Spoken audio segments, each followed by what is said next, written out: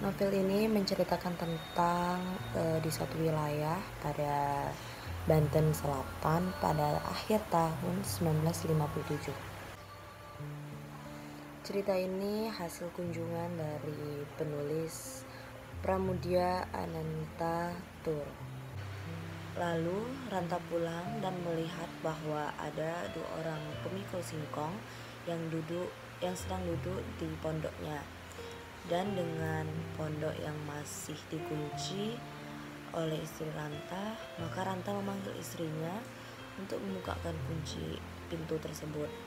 Novel ini menceritakan tentang Ranta, Ireng atau istri Ranta, dua pemikul singkong, komandan Juragan Musa, dan Pak Lurah. Cerita ini diawali dengan dua orang pemikul singkong yang beristirahat di pondok Ranta dan istri Ranta.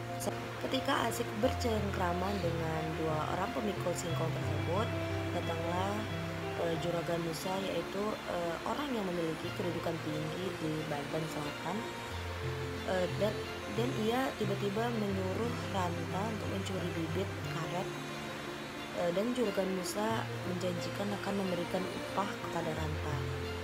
Upah yang diberikan tidak sepadan dengan resiko yang dilakukan oleh Ranta. Lalu pada malam harinya, dua orang pemikul tersebut kembali beristirahat di rumah Ranta, tapi Ireng tidak membukakan pintu, sehingga dua orang pemikul tersebut terpaksa tidur di teras pondok Ranta. Mengetahui dua orang tersebut tidur di depan pondoknya Ranta, maka secara diam-diam Ranta pergi untuk mencuri bibit karet yang diperintahkan oleh Juragan Musa. Ketika hari menjelang pagi, istri Ranta mengetahui dua pemikul singkong tersebut sedang tertidur di pondoknya, dan ia mempersilahkan masuk dua pemikul tersebut ke dalam pondoknya untuk mandi. Lalu kedua pemikul tersebut memberikan beberapa singkong untuk istri Ranta sebagai ucapan terima kasih. Dan istri Ranta memasak singkong tersebut dan membawakan ke teras untuk dua pemikul tersebut untuk dimakan bersama-sama. Beberapa menit kemudian Ranta datang yang disusul dengan kedatangan Juragan Musa ke pondok Ranta untuk meminta hasil curian bibit karet dan tidak berterima kasih, tetapi Juragan Musa menyiksa dan mencaci maki Ranta.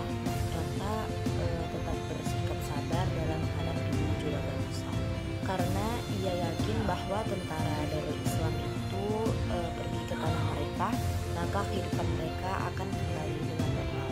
Ranta melanjutkan pembicaraannya dengan kedua pemikul tersebut tentang tentara Darul Islam atau DI. Lalu mereka menyadari bahwa Juragan Musa memiliki hubungan dekat dengan tentara DI. Lalu Ranta dan Ireng dan kedua orang pemikul tersebut mengadukan hal ini kepada Komandan Banten Selatan. Setelah menerima laporan tersebut, maka dengan cepat Komandan Banten Selatan mendatangi rumah Juragan Musa. Dari Juragan Musa membenarkan bahwa Juragan Musa merupakan salah satu anggota dari tentara Darul Islam, tetapi Juragan Musa tidak mau mengakui hal itu tersebut. Lalu ditemukannya bukti lainnya, yaitu adanya tas milik Juragan Musa yang di dalamnya berisi tentang surat-surat Darul Islam. Ketika melakukan interogasi di rumah Juragan Musa, datanglah Pak Lurah, Ranta, dan komandan yang lainnya bersembunyi dan mengancam Juragan Musa agar tidak memberitahu keberadaan mereka.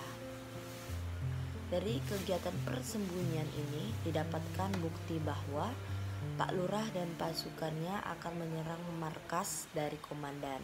Dari hasil persembunyiannya tersebut, mereka mendapatkan bukti kuat bahwasannya Pak Lurah dan Juragan Musa merupakan salah satu anggota dari Darul Islam.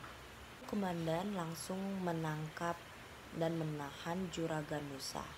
Sebagai ucapan terima kasih kepada Ranta, komandan langsung memberikan hadiah, yaitu mengangkat Ranta menjadi Pak Lurah yang menggantikan lurah sebelumnya yang ikut menjadi tahanan bersama. Sebelum mereka datang, Ranta menyiapkan berbagai strategi.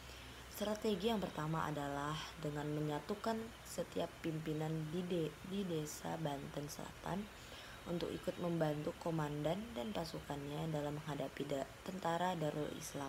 Dengan semangat gotong royong dari warga Banten Selatan, tentara Darul Islam dapat diusir dari wilayah Banten Selatan. Setelah perlawanan itu selesai, Ranta mendirikan sekolah untuk semua warganya. Dengan adanya kegiatan ini, maka kehidupan warga Banten Selatan semakin jaya dan membaik. Maka mereka juga mempunyai ladang untuk ditanami, dan mereka juga mendirikan waduk untuk mengelola ikan. Lalu semua warga dapat hidup dengan normal di tanah mereka sendiri. Sekian sinopsis novel sejarah yang saya bacakan tadi. Apabila ada kesalahan mohon dimaafkan, dan saya akhiri wabillahi taufiq wal hidayah. Wassalamualaikum warahmatullahi wabarakatuh.